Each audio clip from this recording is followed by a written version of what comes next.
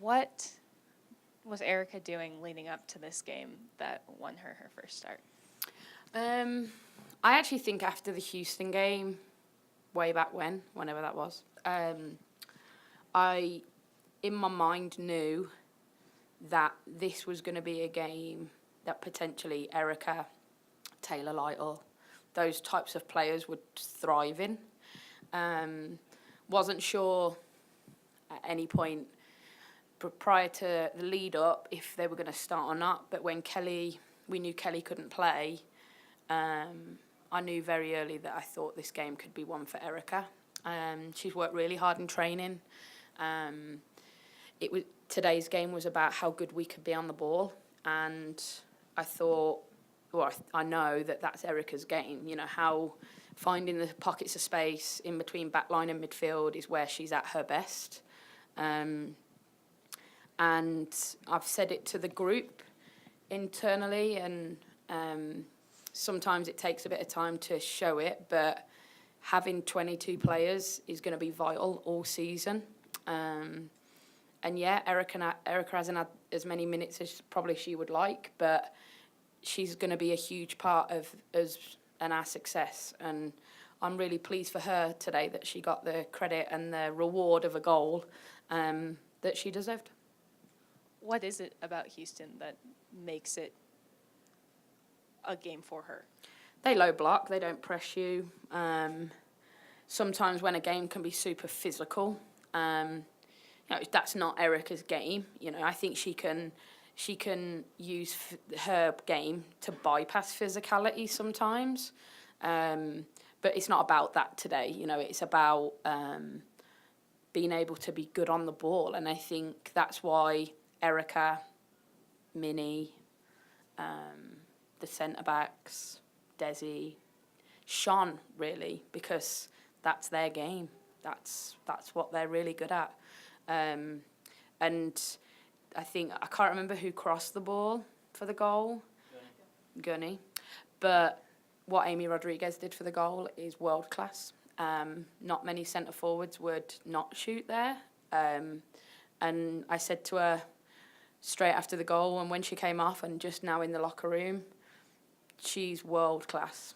Amy Rodriguez is world class, and that is not, I don't think she believes that not many people would do that, but not many people would do that. Laurie, in any number of ways, did today's game go the way you thought it really might? And to that extent, How proud are you for the execution to that end? Yeah, it went exactly how I think we'd prepared for it. I'm really proud of them for how brave we were on the ball, for how much we continued to keep playing, even when sometimes we couldn't get that execution. I said to the girls at half-time, I think that's the most threatening we've been in any first half. Because you can keep the ball like we did in Houston. We kept the ball loads, but we weren't a threat. We were a real threat today, I thought. And I think that you can see now the chemistry of the group is building, which, you know, we kept saying was going to take time. But now we've got ourselves in a really good position, leading into what's going to be a really tough road stretch. You had mentioned that Houston's one of those teams that likes to just pack everybody back, play very conservative soccer. What happened to break that open in the last 15, 20 minutes? Well, I think we made them have to come and chase because we were 1-0 up. You know, I think when the goal went in, they came out a little bit more. And I felt that way in Houston. I felt like if we'd have scored, the game would have been different. But the longer the game goes on without a goal, the more they feel like they're going to have that chance. And I credit the back line and Desi and Abby. You know, I think in these types of games, the way that Houston play, they just wait for that one opportunity when you're switched off to counter-attack on you, and we didn't give them it. And that's what I'm probably the most proud of, actually, being the pessimist that I am. This is actually, do you know the status, or what is the status of Kelly O'Hara and Elise Thorsness? Elise is ready to go probably in the next week. Kelly's going to be a little bit longer. I don't think we've got a timetable yet, but it'll be a minimum of a couple of weeks, probably a little bit longer. What's the mindset you're trying to instill in the team for this 4-game away streak? I think it'll be get points, you know, ultimately, that sounds stupid. It'll be not changing who we are, because I think the thing that makes us great is that we're really hard to beat. But gradually in this home stretch, we've become better on the ball. We've got to keep that momentum going away from home. It is different going to Portland. I'm sure they're going to be really excited to see me back there. So that's going to be joyous. It's a different environment going out there, for one. With the short turnaround as well, you know, I think that we've got to be prepared that it's a tough place to go and play. So we have to be really diligent in our defending, and just know that every time we play, every training session that we do, we get better and better on the ball. And these next 4 road games are going to be a huge opportunity for us to solidify ourselves in where we want to be. You hit the 1/3 mark today of the season. Officially. Officially. Nice. Pending results tonight, you're tied for 4th right now. Is it ever Yeah. too early to talk about being in that position where you want to be relative to playoffs? I mean, I'd love to be top. I'm sure North Carolina are loving life. But I think that for us, 8 games? Yeah. 8 games, 1 loss. Someone had said that to me before we kicked the ball. I'd have happily taken it. I think the ones that we're disappointed with are I think in every tie, we felt we were the better team. I don't think there's one tie where we've gone, oh, we were lucky to get a point today. So I think that's what's been our biggest challenge, our biggest learning curve, is turning those 1 points into 3. And today was a good example of that. This probably 3-4 weeks ago would have probably been a draw.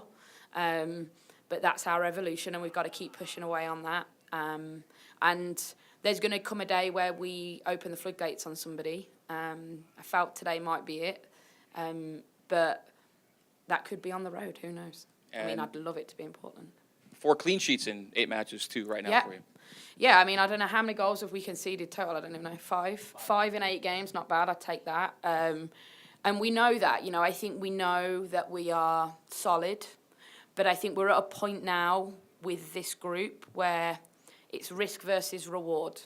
And at home, you can go a bit more risky. And I think you'll get the reward. Away, you've probably still got to be conservative. It's tough. Because if you get 12 points on the road in this league, you've got a great chance of making the playoffs. So we're on track for that right now, if we draw every game. So I think that if we can sneak a win somewhere, fantastic. But I'll take points on the road anywhere we go. We were talking with Amy about altitude here. Yeah. I think you have a theory about training I do. every day could help us on the road. 100%. I think that when we went to Orlando, I actually didn't think we were physically in the best place we could be. Pre-season's so short in this league, and I've never had a group that's been able to run like that in Orlando ever. You know, being from the West Coast and going there is always really hard. So I think training at altitude and going east or west, I think is going to give us a little bit of a physical advantage. Doesn't matter if we don't pass and keep the ball, but I think we can go and put a lot of teams under pressure and really defensively work really hard, because we've had a long stretch here now where we've worked really hard in our training. And I'm hopeful, fingers crossed, that obviously Portland and then Sky Blue, we can take that training in altitude and use it to our advantage. 4 straight here at home. Could you just speak on the support you felt here at the Riot and just how it's been with this long homestand? Yeah, I think the wins and the, let's call it the Gunny chant. It's the Gunny chant. At the end is, I love it. I love the fact, and I said it to some of the players tonight, I just love the fact that everybody in the stadium does it. Like, everyone's involved in it. I've never really been ever in all of my career really where people have embraced something like that so much.